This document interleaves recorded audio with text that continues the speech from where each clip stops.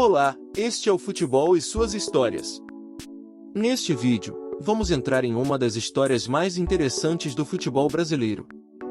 De norte a sul, todos conhecem o todo-poderoso Timão, mas nem todos conhecem essa parte tão bonita e guerreira do Corinthians, então vamos lá. Durante a ditadura civil-militar, surgiu um movimento chamado Democracia Corintiana. Esse movimento foi encabeçado por grandes jogadores da época, como Sócrates, Zenon, Casagrande, Vladimir, entre outros, de 1982 a 1984. O golpe de 1964, que deu origem à ditadura civil-militar, foi realizado por uma coligação de forças e interesses, composta pelo grande empresariado brasileiro, por latifundiários e por empresas estrangeiras instaladas no Brasil. A conspiração também contou com a participação das Forças Armadas e com o encorajamento do governo dos Estados Unidos. Durante esse período, opositores tiveram seus mandatos cassados, servidores militares e civis foram demitidos, numerosas prisões, torturas e assassinatos. Vamos falar de um movimento que se deu nas fases finais da ditadura, já no processo de reabertura política. No ano de 1982, a economia entrou em recessão, a taxa de inflação foi a 99% ao ano, a produção automobilística caiu 30%, milhares de trabalhadores foram demitidos, a dívida externa explodiu e os investimentos externos fugiram do Brasil. Setores militares que eram contrários ao processo de abertura política ainda sequestravam pessoas, incendiavam bancas de jornais da imprensa alternativa.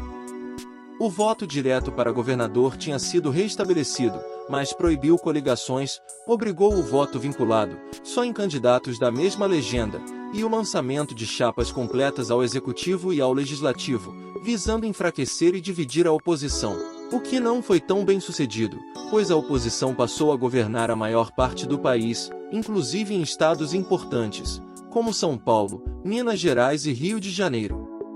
É verdade que o momento em que a democracia corintiana surgiu não era o auge da ditadura, conhecido como anos de chumbo, mas não subestime, o país estava um caos e é uma pena ver que pessoas ainda defendem esse tipo de regime, em pleno século XXI, ou até pedem a volta desse momento tão complicado da história do Brasil. Mas não pense que essa luta entre os corintianos começaram em 1982.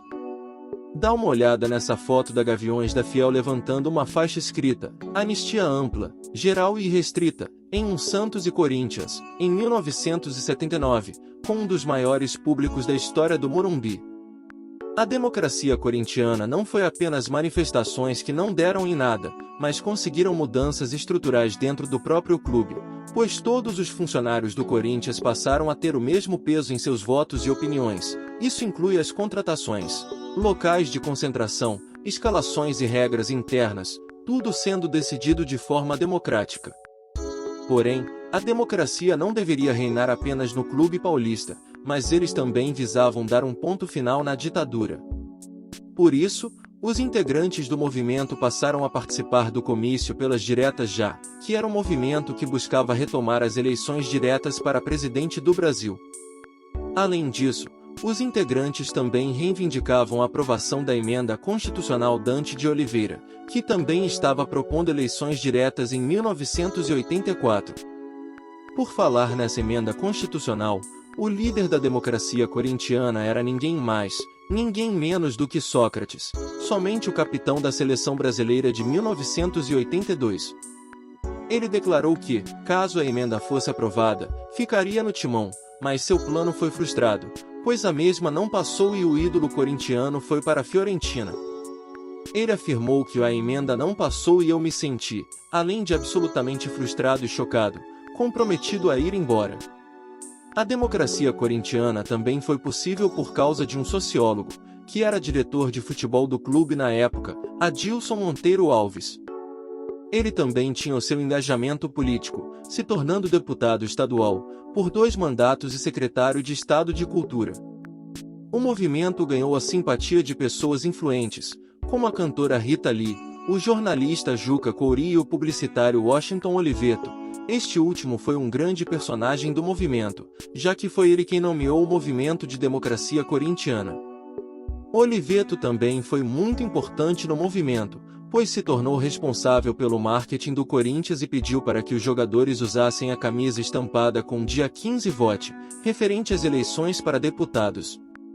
Ele também afirmou que o Corinthians era um time muito bom, mas o Flamengo era ainda melhor. Entretanto, foi o Corinthians quem entrou para a história, pois era o futebol associado com a redemocratização do país. Se você notar, a bandeira da democracia corintiana se utiliza de uma fonte parecida com a da Coca-Cola, algo que era mais uma estratégia de marketing de Oliveto. Depois da saída de Sócrates, o movimento foi se desfazendo. Casagrande também saiu do clube e foi para o São Paulo.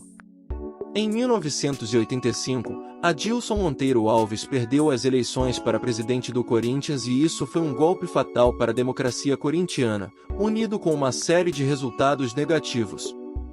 Além disso, nem todos acreditavam na democracia corintiana e o principal entre esses foi o ex-goleiro Emerson Leão, que dizia que o movimento era uma ilusão, já que o movimento era concentrado apenas em alguns líderes. Ele também afirmou que não se preocupava com a ditadura ou com qualquer ato político, mas que estava concentrando em crescer profissionalmente e formar uma família. Recentemente, ele falou que as pessoas que comandavam eram autoritárias. Um outro crítico da democracia corintiana foi o ex-jogador do Corinthians, Givanildo Oliveira.